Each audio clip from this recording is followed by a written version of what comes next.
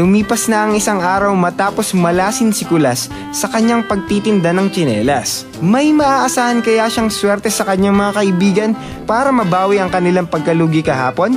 Yan ang ating aalamin sa ipagpapatuloy ng kwento dito sa Maalaala on Radio.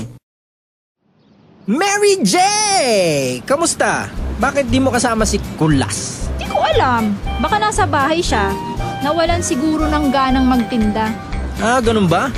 Sige, puntahan ko siya sa bahay nila. May good news ako sa kanya. Anong good news? May nasabi kasi si Balot sa akin. Oh, Mary J. Bal, asan na si Kulas? Oh, Balot! Tamang-tama! Sabi ko kay Mary J tungkol sa good news na sinabi mo sa akin tungkol sa manghuhula. Manghuhula? O anong hula yan, Aber? Ah, may bumili kasi sa akin kanina. Isang babae. Maganda ang mukha at damit pero walang tsinelas. Sabi ng ibang bumili, manghuhula daw siya. Talaga? Maganda at manghuhula siya pero yung tsinelas niya di niya mahulaan kung nasaan. Ano naman ang ino-order nitong magandang manghuhula sa'yo? Binili niya yung kalahati ng benta ko tapos sobra-sobra yung pera niya tapos sabi niya itago ko na lang yung sukli, tulong niya sa akin. Wow, kakaiba yan ah. May pangbili at pangtip pero walang tsinelas? Oo nga eh, hindi ka panipaniwala.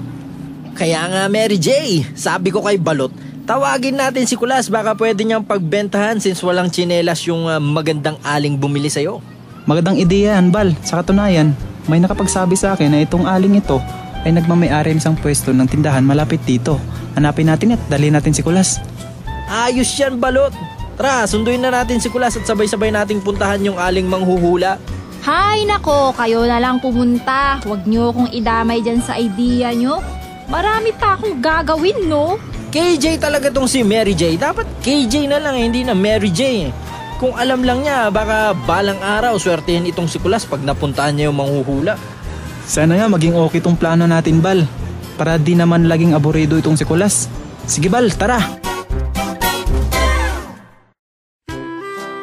Ano kaya ang binabalak ni Bal at Balot para kay Kulas? Ito na nga ba ang magiging susi ni Kulas para swertihin siya sa buhay? Bukas, alamin natin ang plano ng magkakaibigan dito sa Maalaala on Radio.